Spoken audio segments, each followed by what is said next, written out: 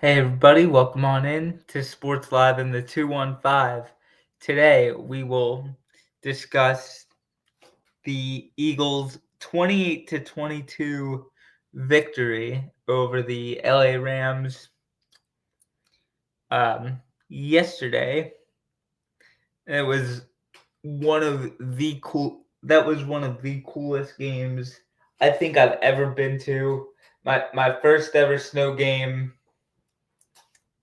Um I I believe Saquon had the best performance for a running back at the link since LaShawn McCoy. Yeah, when he when he had that big game in 2013 um, against the Detroit Lions, the formerly number one seed, or I guess they're technically still the number one seed, Detroit Lions. Yeah, and not only are the Eagles playing in the NFC Championship game, it's going to be right here in Philly, and um, it's just so exciting. I think that I definitely there's one thing I can for certain say is that this fan base is going to bring it. Um, like in all four of our home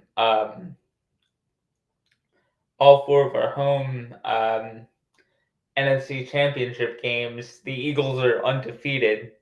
So hopefully that trend will continue. But let, let's get into this game.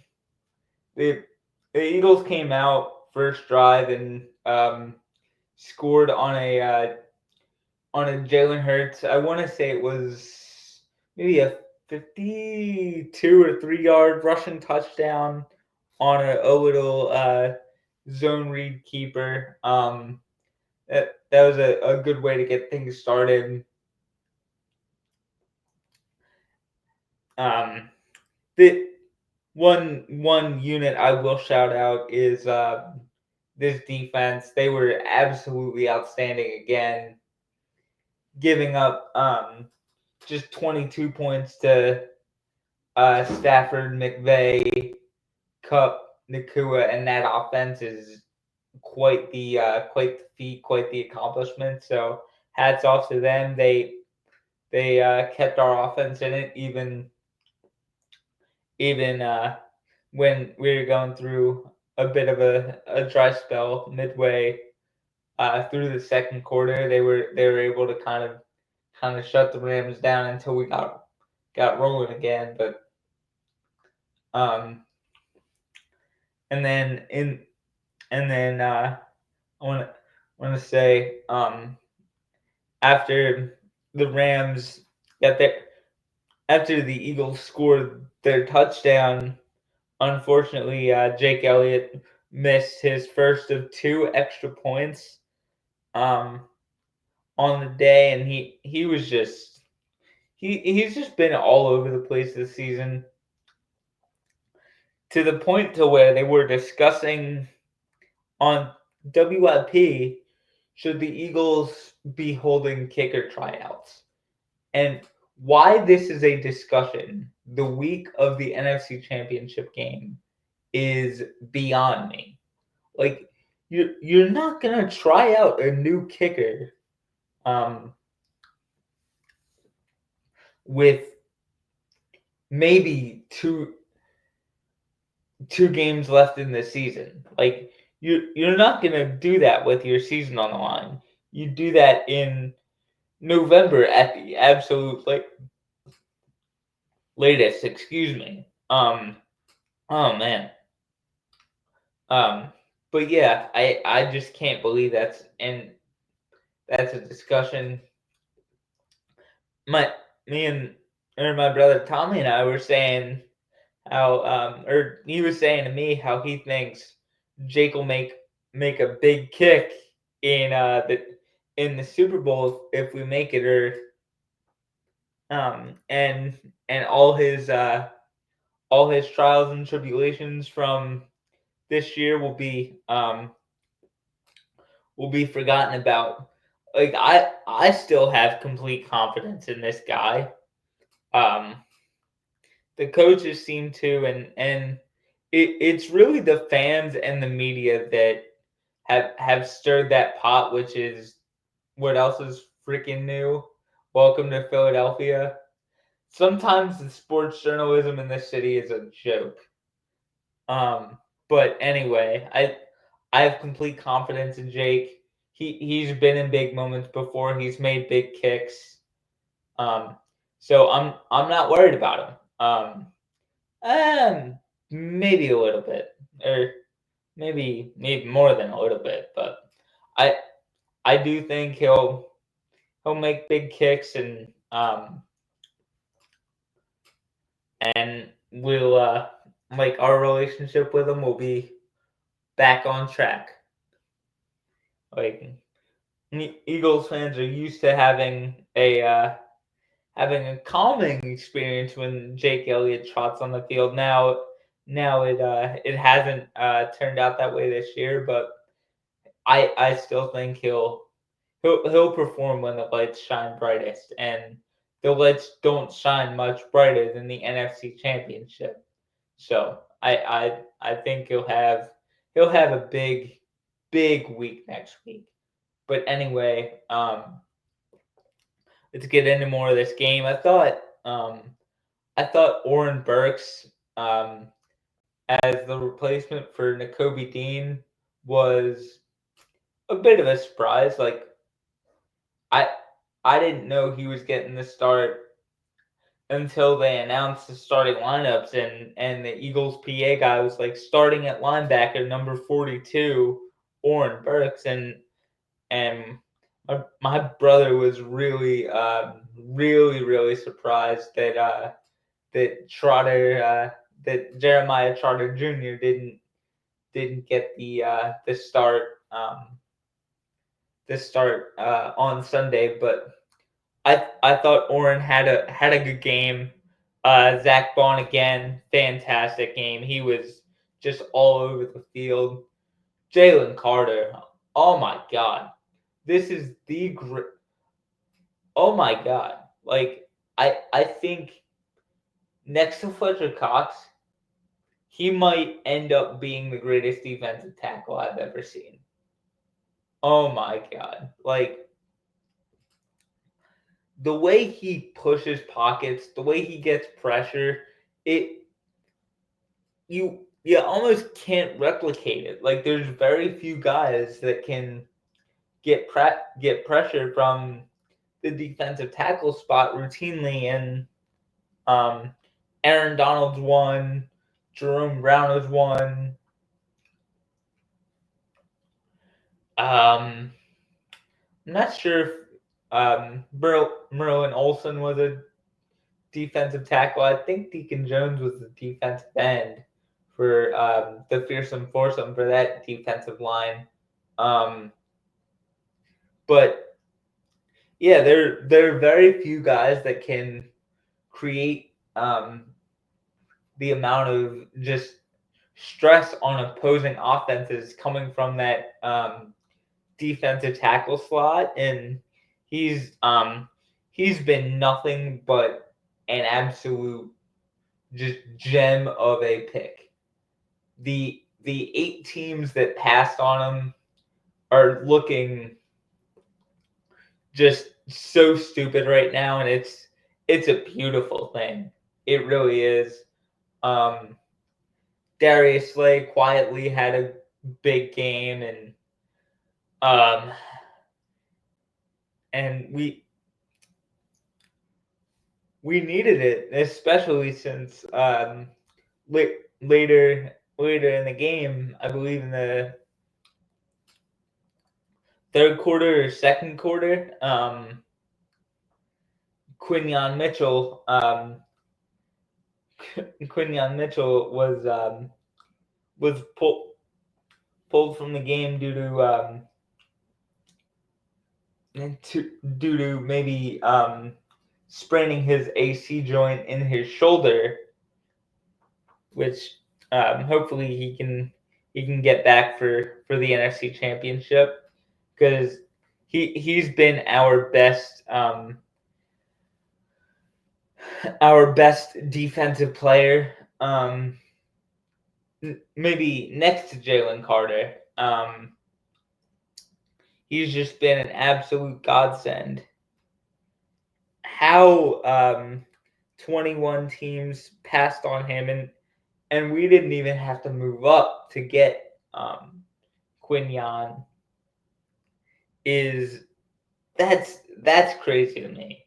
Is that you get such an impact player at 22, and you don't even have to move up in the draft to get him, not even to like 15 or something.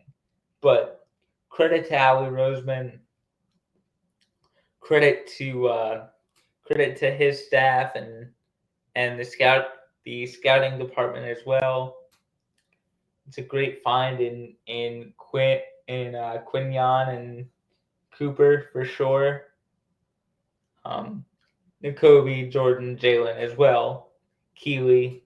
I basically named half the defense, but you're welcome. Zach Bond. I'll stop. But this defense deserves a big time round of applause for holding that offense to 22 points. If you do that against a Sean McVay and Matthew Stafford led offense, 9 times out of 10, 99 times out of 100, you're going to win that game. Unless the fearsome foursome de-age like 40 years, or maybe 30 years, I don't even know. Like you're gonna win many games if you hold that offense to 22 points. So they certainly did their job, and then Saquon had a 60-yard run in the first quarter, and then a 70, or he had a 62-yard run in the first quarter, and then a 70 or 74-yard run in the fourth quarter, which we thought put the game away, but then LA drove down and got a touchdown. And then with the extra point, that made it a 6-point game thanks to the second of 2 missed extra points by Jake Elliott.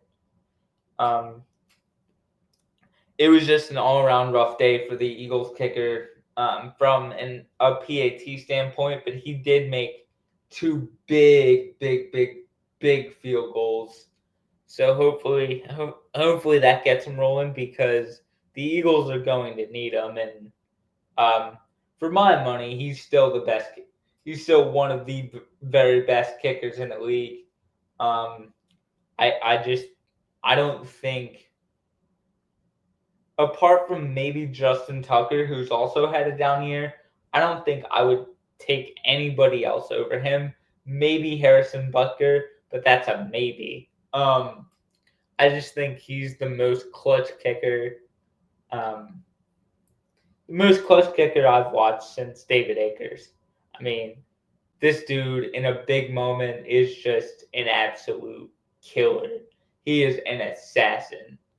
And the Eagles are definitely going to need Jake the Make to live up to his nickname, because if he misses kicks, I don't know how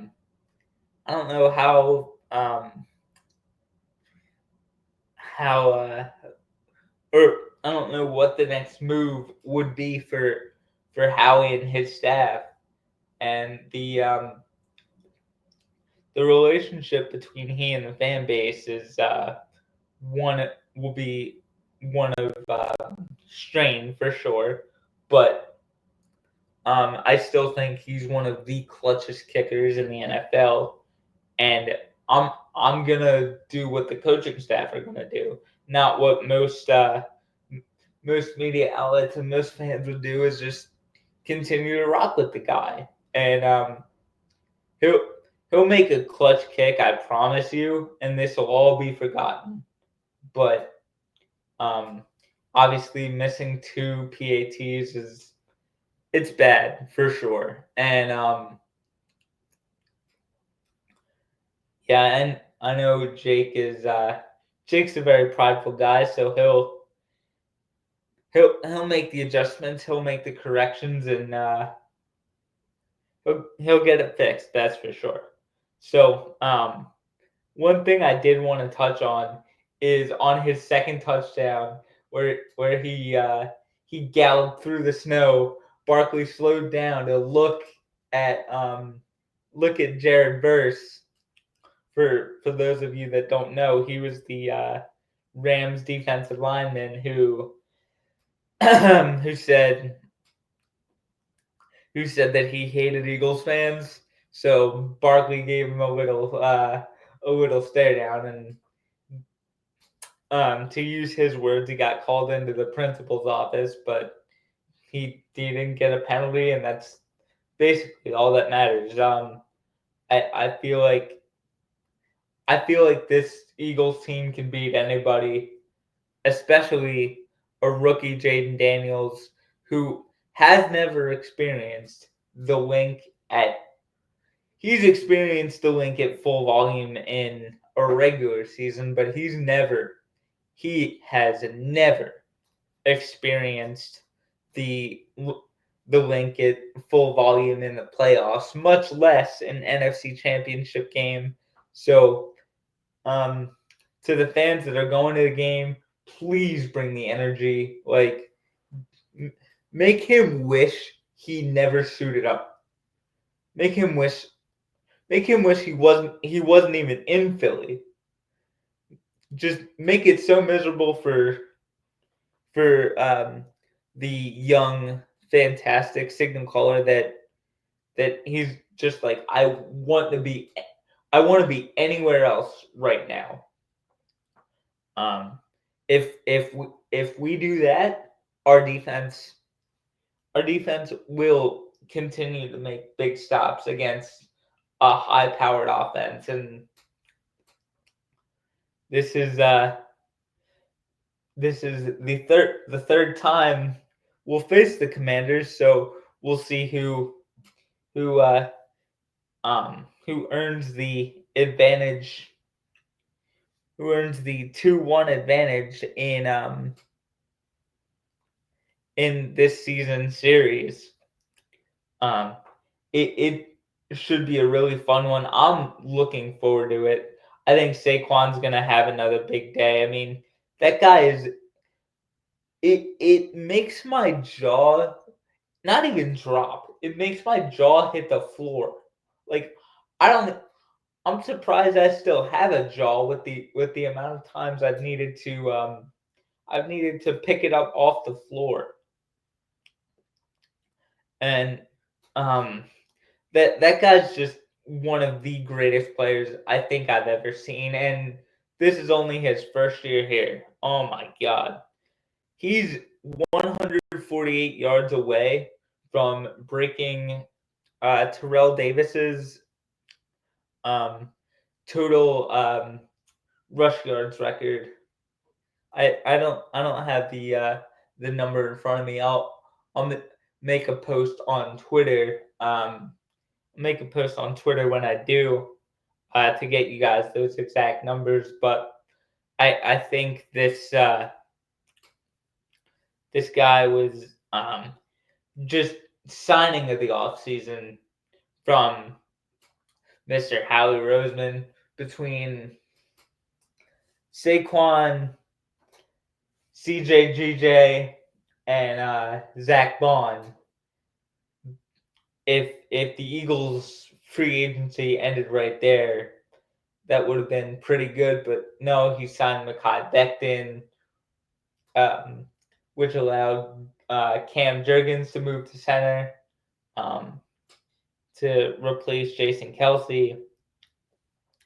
So credit to Howie Roseman, credit to Nick Sirianni, credit to everyone involved with the Eagles organization, and um, a credit to you guys for sitting through this, sitting through and hopefully enjoying this 20-minute episode. I really appreciate it. I appreciate all the love on the content. There's plenty more of it. So keep it locked on Sports Live in the 215 on all social platforms. And as always, go Birds.